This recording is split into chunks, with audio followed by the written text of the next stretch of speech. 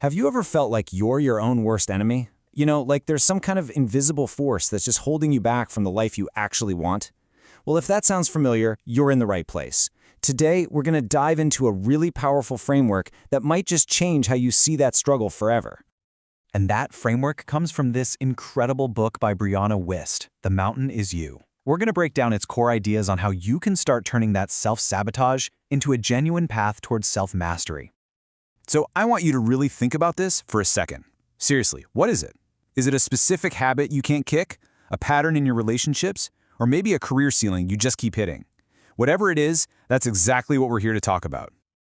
And this leads us right to the core metaphor of the whole book. This block, it isn't some enemy out there in the world. It's a mountain. And that mountain, well, it's you.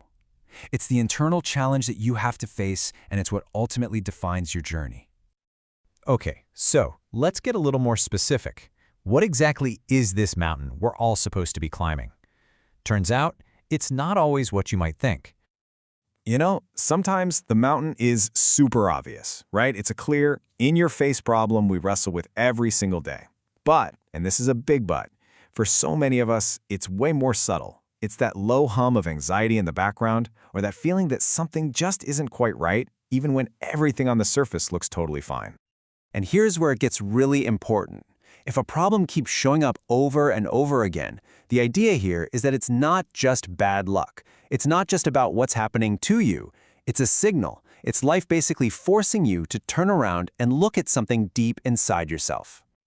Okay, so if the problem is internal, what do we do about it?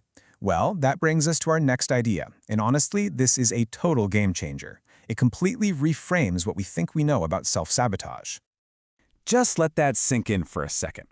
Self-sabotage isn't you malfunctioning, it's you functioning. It's not a secret desire to fail, it's actually a misguided attempt to stay safe. This means all those behaviors you've been beating yourself up for, they're actually coming from a part of you that's trying to help. It's just doing a really, really terrible job of it.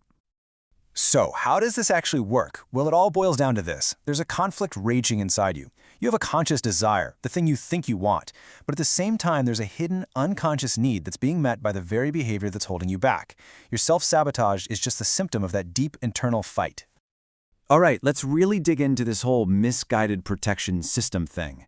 How on earth does that actually play out in real life? Let's use a couple of really clear examples to break it down. Okay, so let's say on the surface, you consciously want to be successful. You want that promotion, you want the recognition, but maybe, deep down, you have this unconscious fear that if you get too successful, you'll be criticized or people will get jealous. So what do? You procrastinate, you miss deadlines. See, that protective system is saving you from that potential judgment by keeping you playing small. Or how about this one? This is a big one for a lot of people. You consciously want a deep, committed relationship, but your unconscious is absolutely terrified of being vulnerable, of the risk of getting hurt or abandoned again. So what happens? You end up picking partners who are emotionally unavailable, or you push the good ones away. You're being protected from the very thing you say you want. And this explains why we do this. It's so brilliant. Our brains are basically survival machines. And to a survival machine, what's familiar, even if it's painful, is way safer than what's unknown. Your comfort zone is built from everything you've known in the past, not necessarily what's good for you now. So any kind of change, even positive change, feels dangerous at first. Okay, so if our self-sabotage is basically a terrible tour guide, how do we find a better one? Well, this is where our most difficult emotions actually come into play. Instead of running from our triggers, the idea here is to follow them. This is so important. That flash of anger you feel, that pang of jealousy, they are not character flaws. They're signals. Think of them like the check engine light in your car. The light isn't the problem, right? It's just trying to tell you that something under the hood needs your attention. And this is where things get super practical. You can literally use this as a decoder ring for your feelings. So when you feel jealousy, it's not really about the other person. It's a giant spotlight on what you secretly desire for yourself. When you feel anger, that's your internal alarm system screaming that one of your boundaries has been crossed. And regret? It's not there to make you feel bad about the past. It's fuel, showing you exactly what is most important for you to do next. All right, understanding all of this, that is the first half of the battle. But now, let's talk about the second half, actually climbing the mountain. This is the path from self-sabotage to true self-mastery. You know, we hear a lot about gentle self-love, but this is a different take.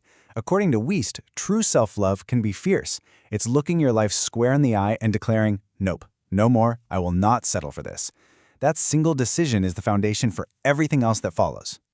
So, the path forward really breaks down into these 3 key steps. First, you have to get out of denial. I mean, brutally honest. Name the problem without making any excuses. Second, you got to get curious. Do some detective work. Ask yourself, what core need is this behavior trying to meet? Is it a need for safety, for control? And third, and this is often the hardest part, you have to get moving. This means learning to separate your actions from how you feel in the moment. And man, this quote right here, this is the sticking point for almost everyone. We wait. We wait to feel motivated. We wait to feel inspired. We wait to feel ready. But the thing is, that feeling might never come on its own, because our feelings are actually wired for something else entirely. You have to remember this. Your emotional system wants comfort, not growth.